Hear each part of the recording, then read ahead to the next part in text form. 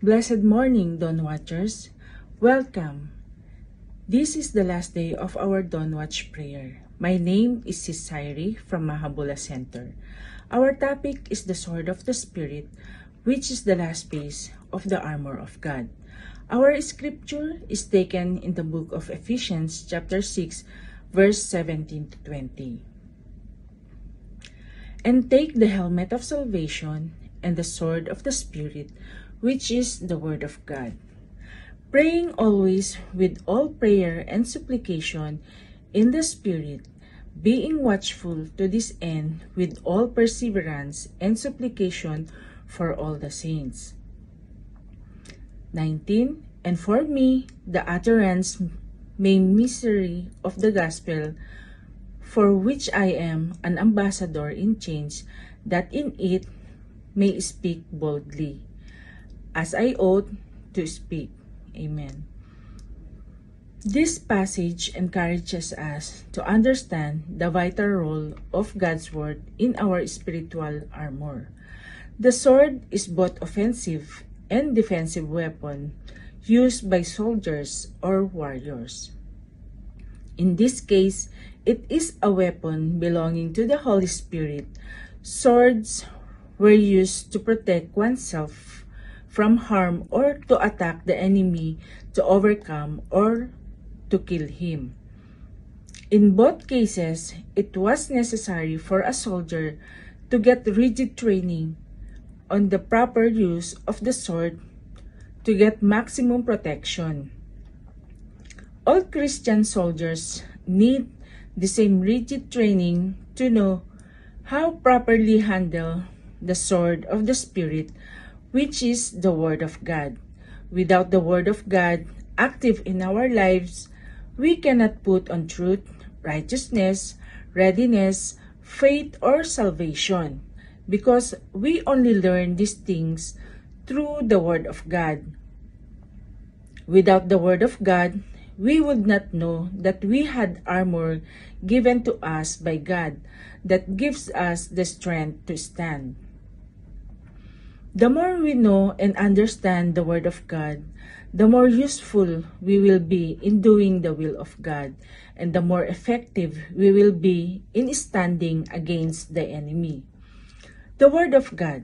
Then how can we use it both defensively and offensively? First, the sword as the Word of God. In Ephesians chapter 6, verse 17, identifies the sword of the Spirit as the Word of God. The Word of God is a powerful tool in spiritual warfare, not just a source of knowledge, but a dynamic weapon. In Luke chapter 10, verse 19, Behold, I give you the authority to trample on serpents and scorpions, and over all the power of the enemy, and nothing shall by any means hurt you.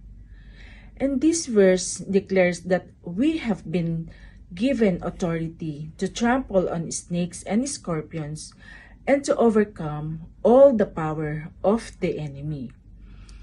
Second is spiritual warfare and the armor of God. It emphasizes the reality of spiritual warfare, describing a battle against principalities, against powers, against the rulers of the darkness of this age.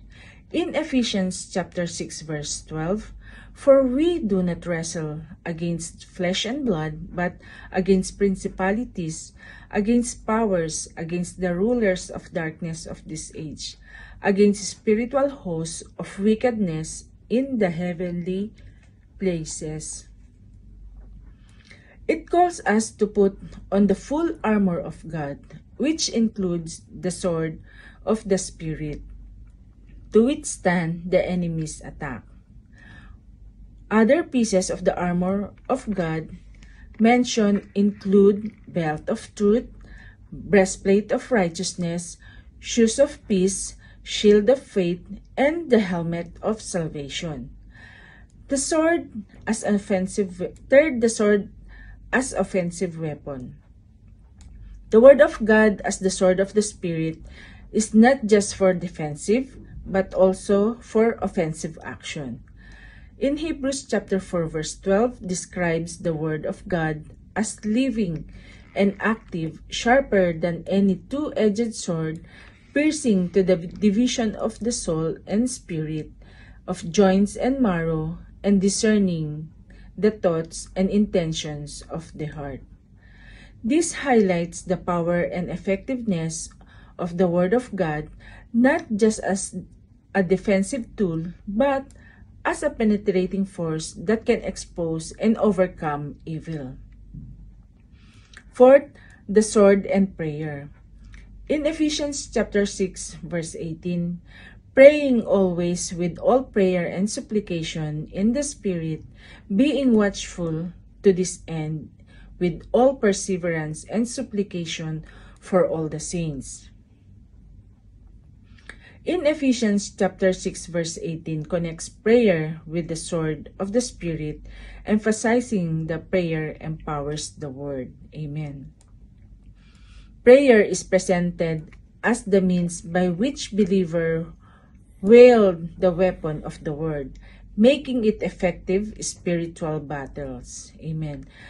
The word of God also helps believers pray, guiding them in their supplication and aligning their requests with God's will.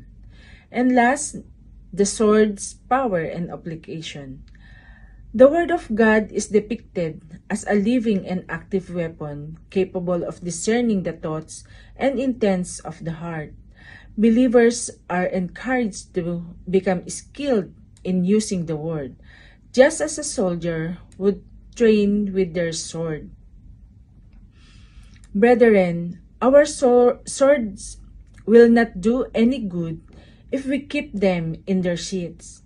Just as a Bible won't help us if it just sits on a shelf gathering dust. To use our swords is to know, believe, and speak the word of God. Amen. Have a blessed day, everyone. God bless.